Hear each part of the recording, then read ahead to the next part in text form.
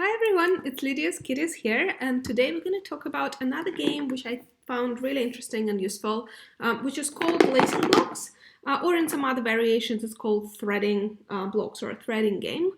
You can find hundreds of them on Amazon. I'll link some of them out in the description so you can have a look and decide for yourself which one you like most. But we're going to talk about this set today. I'm also going to cover the basics of how to play something like that, when to introduce it, how to make the game more complicated, and also how you can make something like that at home. Now, you might have noticed it actually says here 24 months plus. You can start playing with your little one much earlier than that. The point is it needs to be supervised, and the way you play with it changes as they grow older, but there's definitely no need to wait until they're two to play something like that. So, what's in the box? The box, this particular set here, is really pretty, really colorful. It's wooden blocks, which is really nice and very tactile. And the one here has 12 pieces in it. So let me open them up and show you. This one is farm themed. So animals here are all sort of the animals you'd see on the farm. There are cows. They're actually painted both sides, which is quite nice because it means regardless of which way you end up threading them in, they'll still be interesting, exciting, and colorful for the baby. There are dogs, sheep. There are also some human characters, which is lovely because you can tell a story about, a farmer and how they grow their chickens and how they grow their horses and what they do with them. And there's a tractor here as well, which might be a little bit more exciting for the boys and equally for the girls as well. So everything really nice and simple. You can, of course, just use it as a threading game, which is the main purpose of it, but you can also tell a story, which is quite sweet. Yes, so different blocks. As you can see, they're quite large in size. So just so you have an idea, this is roughly how big they are, which is quite significant in size. So hopefully it shouldn't be too much hazard, but of course you need to do it all supervised and make sure you keep an eye on your little ones when they play it. Second element of the game is the thread itself. This one's quite long, so again, you need to be attentive because, it's can get tangled and stuff. And what it has, which is what some of the games do not have, so if you're buying just the very first set, which is this one, which is basically the first threading game for your child, you want to have something that would help them thread it easier. So this thing basically serves like a needle. Different sets have them done slightly different ways. This one is the same diameter all the way throughout. Some of them are a bit more sharp on the edge, on the end, but of course they're not too sharp. None of them are. They're just sort of wooden, and just makes it that much easier for the little one to be able to put it through. Now, how do we start with it? So the key principle here is to go quite slowly and to get a child interested in the game to start with, which is really what you want to do with any game.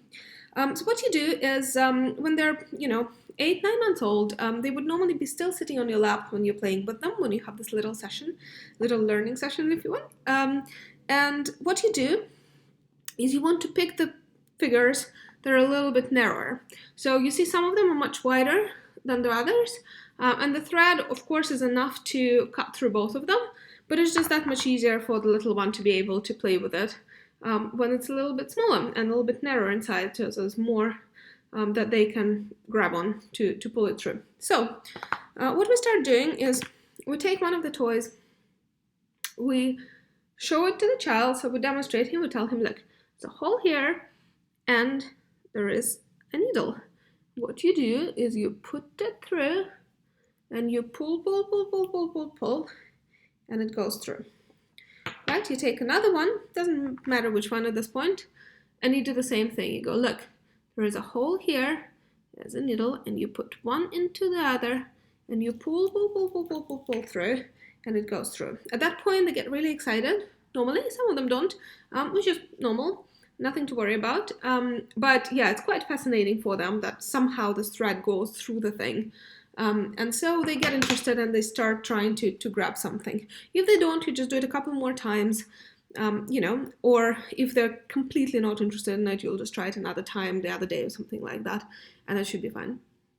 Now, next stage, when they're finally engaged and fascinated, what you want to do is you want to, again, do the same thing, show them where to put it, bring it through, and basically hold the bead such that they can grab the needle.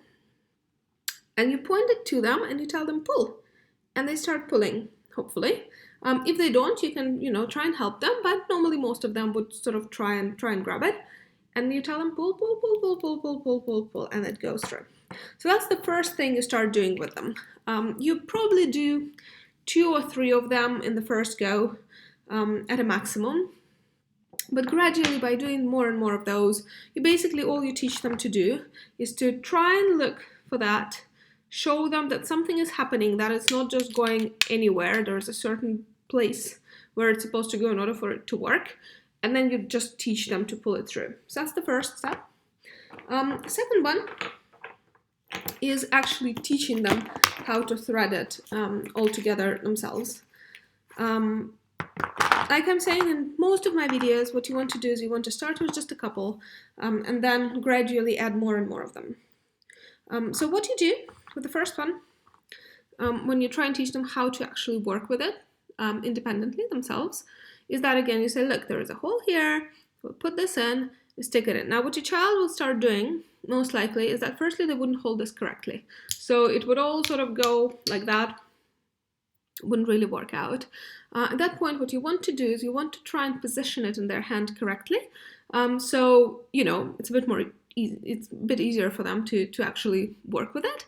And once they're holding it the right way, it would still go all sorts of different ways, probably not gonna end up where it should do. You really want to help them, and you really want to make sure that eventually they do land in there. So try and direct it, try and tell them, look, let's look very attentively, where is the hole, and then finally they'll push it through. If they don't, you help them out a little bit, 5, 6 times, and then they get it. So at that point in time, as an adult, you think, well, you kind of have done everything, right? You show them how to do it, that's solved. The thing is, for a child, it's not immediately obvious that as you've pushed it through, you actually need to swap your hands and pull it with the other hand. And, depending on how your kid is doing in terms of whether they're more left-handed or right-handed, we haven't determined it yet. It doesn't really matter which hand they do it with, so long as they actually learn to swap them. So yeah, this game is really great for hand and eye coordination. It's really great for attention training, because once they get sort of better and better at it, they'll be threading the whole thing, which is great for keeping their attention span. Yeah, it's just great tactile game, great game where you can, touch the wooden blocks, and there are different shapes and sizes. You can guess what they are if you want. There are all sorts of different things you can do with them, but the most important part is threading. So you push it through, so they sort of achieve this stage. At this point in time, what you want them to do is to really push it such that they grab the bead or the block, whatever it is, instead of still holding onto the thread. So once they've done that, and you can help them if it's not working out that well, you just really want to make sure their hand sort of holds that bit, and this goes quite deep. And then you tell them, look, now you take another hand and you pull it. And then you do the same thing, going pull, pull, pull, pull, pull, pull, pull, and it goes to the end. And so forth. So you do the same thing with the next toy, right? You sort of ask them to put it through, demonstrating again where it goes. They finally stick it in. And again, you push it a little bit. You help them out if they haven't sorted it out yet themselves. And you go pull, pull, pull, pull, and they pull it with the other hand. This new stage would normally start with just a couple of those blocks going on a thread. And then gradually, as you get better and better, they'll be able to put all of them on it.